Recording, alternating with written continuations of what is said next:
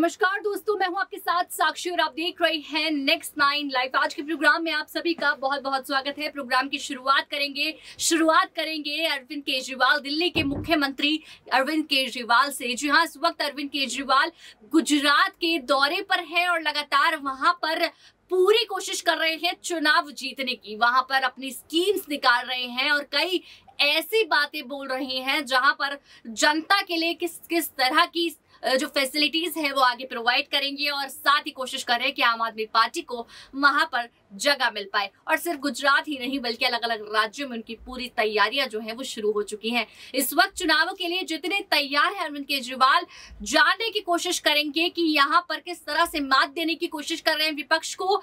क्या उनकी ये जिस तरह से स्कीम निकल कर आई है, क्या विपक्ष को पीछे छोड़ देगी? क्या गुजरात में रह रही बीजेपी आम आदमी पार्टी की फैसिलिटीज सुनकर बीजेपी को भूल जाएगी? क्या जनता अरविंद केजरीवाल की बातों में आने वाली है या सीएम अरविंद केजरीवाल सच में जनता के लिए ये सब चीजें प्रोवाइड करने वाले? इन सब पर हम चर्चा करेंगे। उसके लिए हमारे साथ मौजूद है नेहा मैम। आपका बहुत बहुत स्वागत है। सवाल से शुरुआत करेंगे। सबसे पहला जो सवाल रहेगा वो यही रहेगा कि सीएम अरविंद केजरीवाल पूरी तैयारी कर रहे हैं। उधर उनके जो डिप्टी सीएम है मनीष सिसोदिया हैं या पंजाब के मुख्यमंत्री हैं भगवत मान हैं, वो सब इस वक्त हिमाचल प्रदेश में अलग अलग राज्यों में रैली निकाल रहे हैं। वहां बातचीत करने की कोशिश कर रहे हैं कि इस बार आम आदमी पार्टी को मौका देना चाहिए। तो सबसे पहले आपसे जानना चाहेंगे कि क्या अभी दूसरे राज्यों को आम आदमी पार्टी को मौका देना चाहिए या नहीं? देखिए, बिल्कुल कह सकते हैं इस चीज़ को साक्षी कि यहाँ पर तमाम राज्यों को आम आदमी पार्टी को जरूर मौका देना चाहिए और शायद इसी वजह से आम आदमी पार्टी गुजरात में उतरे हुए हैं कि उनको पूरा भरोसा है गुजरात की जनता पर कि गुजरात की जनता उनको समर्थन करेगी। क्योंकि देखिए, हर जनता को आज के वक्त पे क्या चाहिए होता है, सिर्फ ऐसी फैसिलिटीज जिनका फायदा वो उठा सके, जैसे स्वास्थ्य की, शिक्षा की, बिजली की, फ्री मुफ्त सेवा जो की है महिलाओं के लिए। ये सारी ऐसी तमाम वो है दिक्कत जो शायद इनको जनता को चाहिए होती है। जनता को इन सब चीजों की बेहद जरूरत होती है। और देखिए, केजरीवाल अगर आज सबके दिलों में बसे हुए हैं, उसका कारण है कि केजरीवाल जमीनी मुद्दों पर बात करते हैं। और बीजेपी जो है वो यहाँ पर देखा जाता है कि बीजेपी हमेशा अपने मुद्दों को लेकर चलती है। लेकिन फिर भी जहां वो लगातार इतना दिलों में छाए हुए हैं जनता की, इतनी चीजें वो फैसिलिटीज प्रोवाइड करते हैं, फिर भी इस वक्त गुजरात में तो उन्हें पहले ही आ जाना चाहिए। यहाँ इस वक्त क्यों इतना टाइम उन्हें लग गया? और सिर्फ गुजरात की बात नहीं करें, हम और कहीं की भी राज्यों की बात कर रहे हैं जहां पर वो कोशिश करते हैं, क्योंकि थोड़ा सा फर्क तो पड़ता है ना कि वो राज्य में कितना डिफरेंस है। जहां जिस तरह की वो फैसिलिटीज की बात कर रहे हैं, दिल्ली में उन्होंने बात की और उससे पूरा भी किया। कि आपको लगता है कि वही चीजें वो वहां पर भी करवा सकते हैं प्रोवाइड? देखिए, बिल्कुल कह सकते हैं क्योंकि दिल्ली में पहले उन्होंने ये सारी फैसिलिटीज दी हैं, उसके बाद पंजाब में, और देखिए अब जहां भी सरकार बनाएंगे, चाहे वो गुजरात हो या हिमाचल हो या कोई और राज्य हो, तो कि फैसिलिटीज तो वो देंगे। क्योंकि अरविंद केजरीवाल एक ऐसे नेता हैं जो जमीनी मुद्दों पर बात करते हैं, ना कि यहाँ पर अपनी सिर्फ पार्टी को प्रचार प्रसार करने के लिए झूठे वादे करते हैं। बिल्कुल, झूठे वादों की बात आई कि वो झूठे वादे नहीं करते और अगर जो वादे करते हैं उन्हें पूरा भी करते हैं। और साथ में हम आपको वो वीडियो दिखाने जा रहे हैं जहां पर उन्होंने अपने वादों की बात की हुई है, फैसिलिटीज की बात की हुई है। तो देखिए ये वीडियो। आज यहाँ पे इतनी बड़ी संख्या में अहमदाबाद के व्यापारी आए हुए हैं। मुझे बताया गया सारी क्रीम आज यहाँ पे बैठी है। आप सब लोगों को मेरा नमस्कार, सबको मेरा प्रणाम।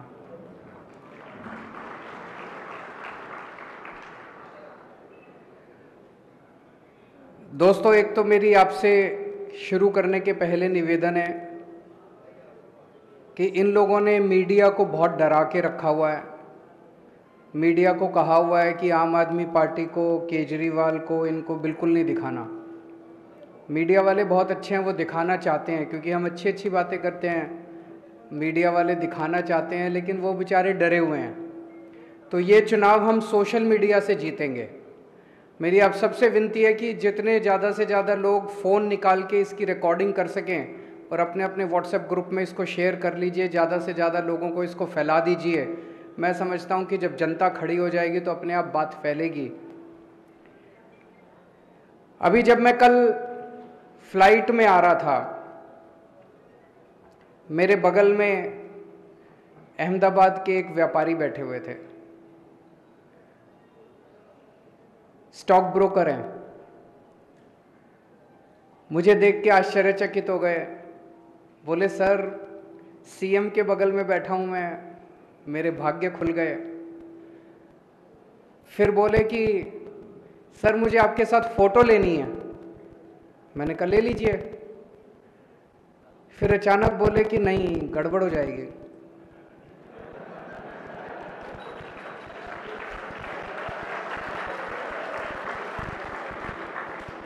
मैंने कहा क्या गड़बड़ हो जाएगी?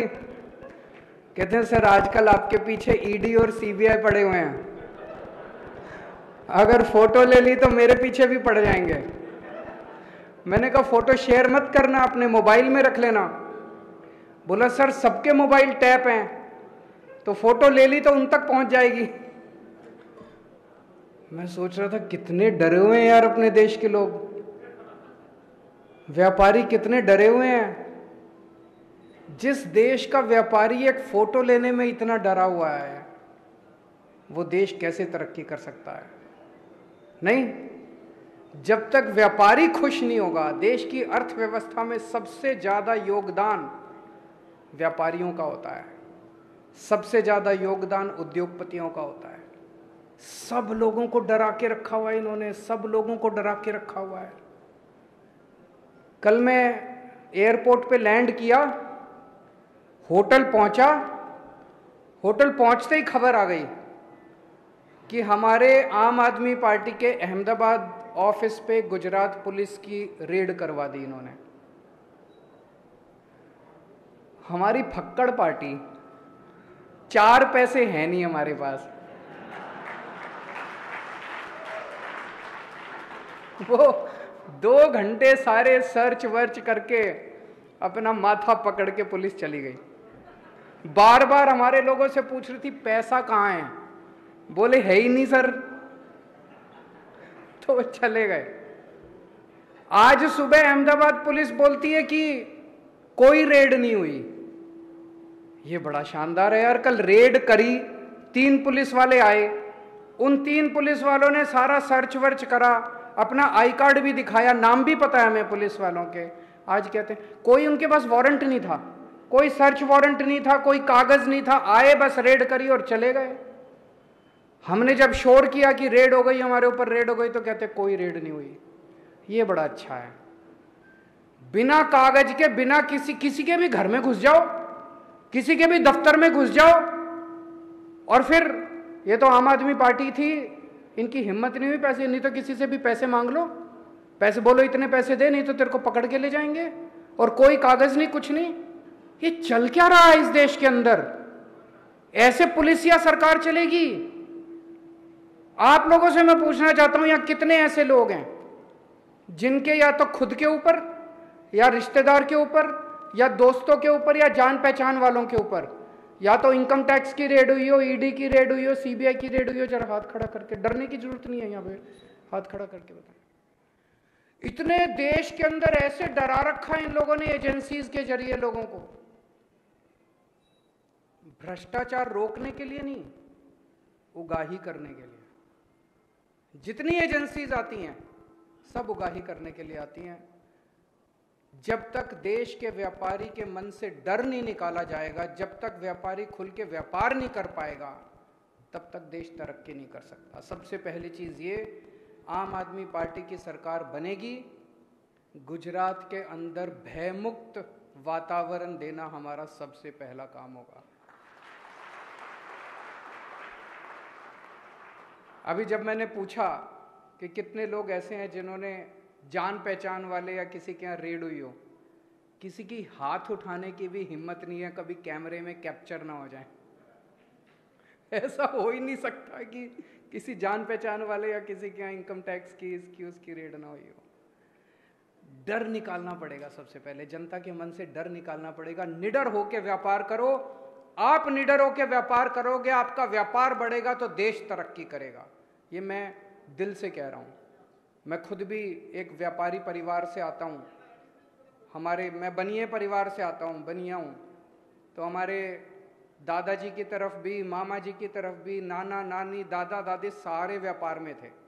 और मैं जानता हूँ कि एक व्यापारी कितनी टेंशन के अंदर 24 घंटे व्यापार करता है।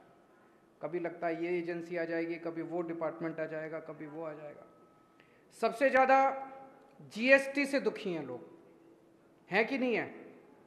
जीएसटी से बहुत दुखी हैं। अभी जैसे बताया इन्होंने, कई मैं सुन रहा था, जैनेंद्र तन्ना जी ने बताया कंप्लायंस की भी दिक्कत है, रेट्स की भी दिक्कत है। इतना कठिन कर दिया इन लोगों ने, इतना कठिन कर दिया इन लोगों ने जीएसटी को, इतने चार्टर्ड अकाउंटेंट को भी पैसे देने पड़ते हैं, उसके बावजूद भी कहीं ना कोई गड़बड़ हो जाती है। इसको सिंप्लीफाई करने की ज़रूरत है। इसको सिंप्लीफाई करेंगे, हम भी करेंगे, गुजरात के स्तर पे भी करेंगे और केंद्र सरकार के स्तर पे भी आवाज उठाएंगे, ताकि, और अगर आप गुजरात में सरकार बना दोगे तो हमारे 3 सीएम हो जाएंगे। जब 3 सीएम मिलके केंद्र सरकार में आवाज उठाएंगे तो थोड़ी ताकत ज्यादा होगी, होगी कि नहीं होगी? हमारी सुनवाई भी ज्यादा होगी, हमारी सुनवाई भी ज्यादा होगी।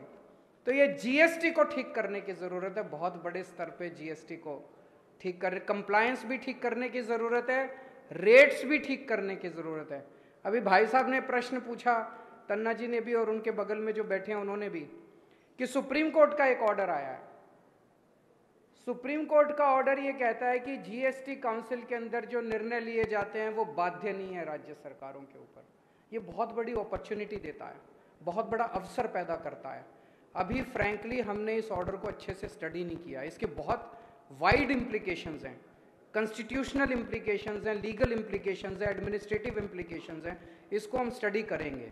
अगर अपॉर्चुनिटी खुलती है, मैं आज गुजरात के सभी व्यापारियों को आश्वासन दे के जाना चाहता हूं, आपके साथ बैठेंगे, जैसे आप कहेंगे जीएसटी की रिजीम गुजरात के अंदर वैसी ही होगी जैसा व्यापारी चाहेंगे, ना कि वैसी होगी जैसा एक्सटॉर्शन के हिसाब से।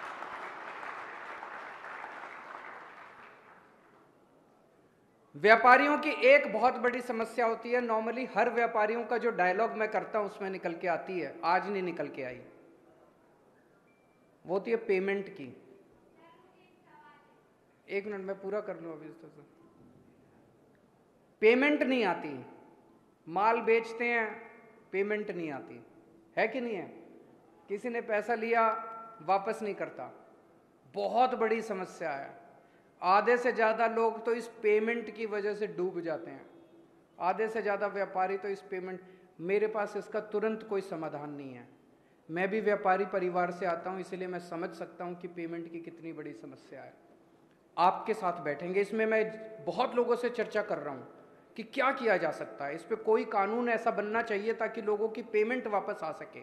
अगर एक आदमी को माल बेचने के बाद अपनी पेमेंट की पक्का हो जाए कि मेरी पेमेंट आ जाएगी, तो मैं बताता हूं आपको 50 से 60% व्यापार वैसे ही बढ़ जाएगा, लोगों का कॉन्फिडेंस बढ़ेगा सिस्टम के अंदर और व्यापार बढ़ जाएगा। इसके लिए हम मिल बैठ के कुछ समाधान निकाल के कोई कानून लेके आएंगे, और जो कानून यहां बनेगा उसको फिर दिल्ली में भी लागू करेंगे, उसको फिर पंजाब में भी लागू करेंगे और एक दिन पूरे देश में भी लागू करेंगे।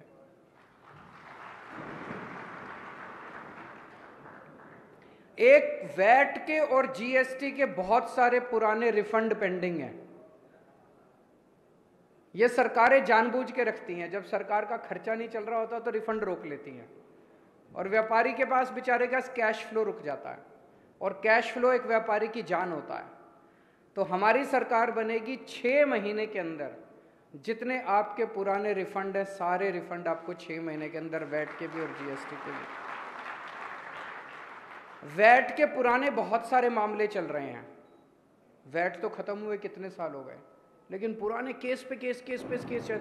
तो एक आपके साथ बैठ के एक वैट एमनेस्टी स्कीम लेके आएंगे ताकि सारे पुराने केसेस को खत्म किया जा सके। जो लेना देना है सरकार का बनता है वो सारा आप दें, और ताकि आप लोगों को केसेस से, झंझट से मुक्ति मिले। एक चीज जो केवल आम आदमी पार्टी कर सकती है वो है भ्रष्टाचार मुक्त प्रशासन। अभी सबकी आपकी बातों से निकल के आ रहा था, ममता जी ने भी बोला कि जी वो पैसे मांगते हैं, पुलिस वाले पैसे मांगते हैं, ये पैसे मांगते हैं, वो पैसे। ये मैं आपको गारंटी दे रहा हूं, एक भी पुलिस वाला और एक भी सरकारी कर्मचारी की हिम्मत नहीं होगी कि आपसे एक भी पैसा मांग सके। दिल्ली में हमने भ्रष्टाचार मुक्त शासन दिया है। मैं आपके साथ शेयर, पहली जब सरकार बनी हमारी 28 सीट आई थी दिल्ली में, 28 सीट में 49 दिन की सरकार थी। उन 49 दिन में हमने ऐसा काम किया कि अगली बार लोगों ने 67 सीट दे दी। कई काम किए, लेकिन एक काम जो किया, मैंने ऐलान कर दिया दिल्ली में कि अब अगर आपसे कोई पैसे मांगे आप मना मत करना, अपनी जेब में हाथ डालना और अपना फोन रिकॉर्डिंग पे लगा देना, ऑडियो रिकॉर्डिंग, और उस रिकॉर्डिंग की क्लिप मेरे को इस नंबर पे व्हाट्सएप कर देना। उस अफसर को मैं जेल में डाल दूंगा। 49 दिन में 32 लोगों को मैंने जेल डाली। आपको यकीन बता रहा हूं, किसी की रिश्वत कम नहीं हुई, 0 हो गई 49 दिन के अंदर की रिश्वत। और 49 दिन के बाद जैसे ही हमारी सरकार गिरी, ये लोग सारे पैसे लेने पहुंच गए। बोले वो जो 49 दिन वाले हैं वो भी दो और अब नए पैसे भी दो। बोलो बुला अब अपने केजरीवाल को, हम देखते हैं तेरा केजरीवाल क्या करता है। तो ये हमको ही करना आता है भ्रष्टाचार। नीयत साफ है हमारी, शरीफ लोग हैं, पैसे नहीं खाते। ये कोशिश तो बहुत कर रहे हैं पूरे देश के अंदर फैलाने की। केजरीवाल ने शराब घोटाला कर दिया, मनीष सिसोदिया 144 करोड़ खा गया। अरे उसके घर रेड करी, रेड में 10,000 रुपये भी नहीं मिले। अगर 144 करोड़ रुपए कोई खाता तो कुछ लाख, 2 लाख, 3 लाख, करोड़, 2 करोड़ बिखरे हुए ही मिल जाते घर के अंदर। कुछ नहीं मिला। कल हमारे दफ्तर में रेड करी, वहां कुछ नहीं मिला। गुजरात में रेड करी, वहां कुछ नहीं मिला। मनीष के घर कुछ नहीं मिला, सत्येंद्र के घर कुछ। ऐसे ही फेंकते रहते हैं, कीचड़ फेंकते रहते हैं, पर जनता देख रही है।